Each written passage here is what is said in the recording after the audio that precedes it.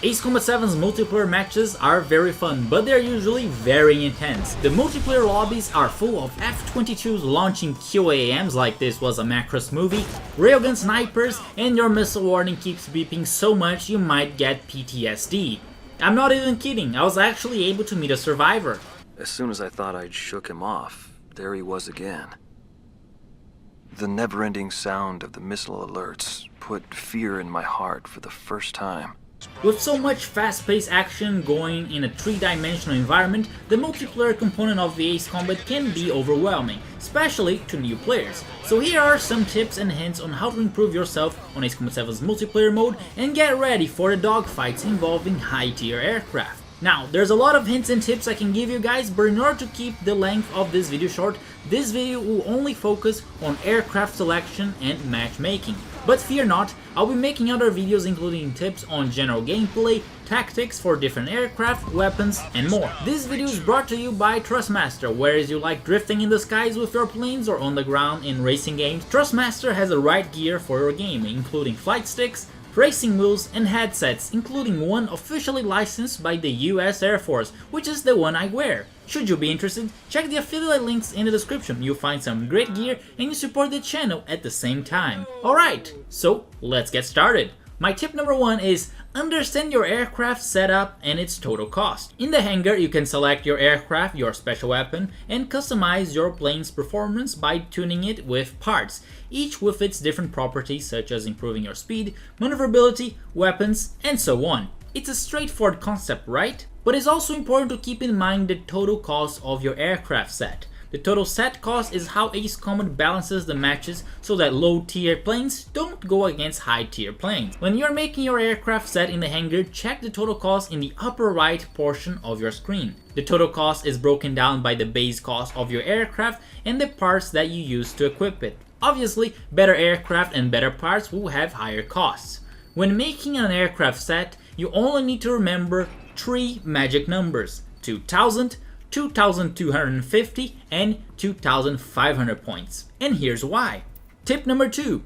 Pay attention to the aircraft set restriction costs whenever joining a match. The host of every match can set restrictions to allow aircraft that are either at or below 2000 points, at or below 2250 points, at or below 2500 points, or unlimited. And you can see the match rules whenever you're looking for a lobby. That's just how balancing works. My tip number 3 is to start slowly and pick a room with a 2000 point restriction. This is especially helpful to new players. In these matches, you're more likely to see F-16s, F-14s, and MiG-21s in an environment where you don't have the chaotic pace of super planes flying around at Mach 3, spamming missiles everywhere. Once you feel comfortable enough with the 2000 points category, move up and repeat the process until you're ready to take on matches in the unlimited category. By that time, you're gonna realize that your missile warning is useless because that thing is always on, but you get used to it. And by the way, many Ace Combat players actually prefer playing on low tier matches. It's actually fun. Another setting on multiplayer matches is a restriction of special weapons. So if you feel like the players around you just keep spamming missiles all the time, follow my tip number 4 and join matches where only your standard missiles and guns are allowed. The pacing of these matches is slower and some people like them as well. Just be sure to upgrade your standard missiles with parts. Speaking of which, my tip number 5 is about your standard missiles. They are pretty much useless. That is because your enemies can easily outmaneuver them with a sharp turn in almost all cases. This means that you should either add parts to improve their performance like missile speed, damage, or homing, or just don't even bother at all. I actually recommend that you focus on your special weapon instead because it's more powerful, faster, or has better homing, though there's way less ammunition. Speaking of which, my tip number 6 is that you actually focus heavily on your special weapon to maximize its potential. And by that, I mean get all the relevant parts. For example, if you bring in the railgun to snipe people, make sure it's a one hit, one kill. Otherwise, you're not maximizing the number of points you could get by each shot. The same applies to air-to-air missiles. You really want to focus on parts that increase the damage and homing to ensure a successful hit and potentially a kill. Improving missile speed would help too, since the enemy aircraft would have less time to react, but I wouldn't recommend getting parts to improve lock-on speed. I just don't think it's that useful, and instead you could bring in another part. Now, in regards to getting parts that increase your special weapon ammunition capacity, that is something you have to evaluate with experience depending on how often you fire them and how many hits you get. As you become a better player, you'll be able to identify the best firing positions and distances that work better to minimize the number of missed shots and therefore save your ammunition to last the entire match.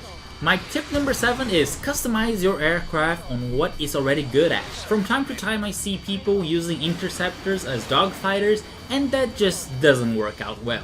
So when it's time to customize your planes, ask yourself, what are the strengths and weaknesses of this aircraft? Once you know that, you should maximize your strengths instead of minimizing your weaknesses.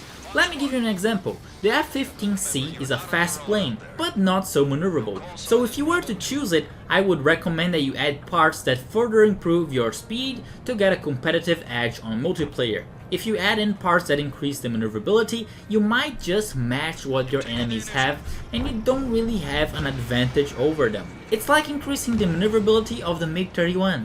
That thing was never meant for dogfights. Now this tip will serve as a general guideline when it's time to customize aircraft. Those of you who are interested in recommended setups for specific planes, look forward to my other videos on this topic, like the one I made with the Sukhoi 33 with the EML, which is currently my favorite setup. The tips for this video are over, but another video with more tips on how to improve in Ace Combat 7's multiplayer mode is coming soon. Right now you should have an idea on how the balancing system works and how to customize your aircraft, keeping in mind the cost restrictions. If you have any questions, just let me know in the comment section, and if you think there's something I've overlooked, please let me know that too. Feedback is very important, and I would love to hear some other tips from veteran Ace Combat players. Special thanks to my friends at THRUSTMASTER for sponsoring this video. If you're already looking for some gaming gear, check the link in the description. It's a great way to help out the channel and get some cool stuff. Anyway, thank you for watching, and I'll see you guys next time.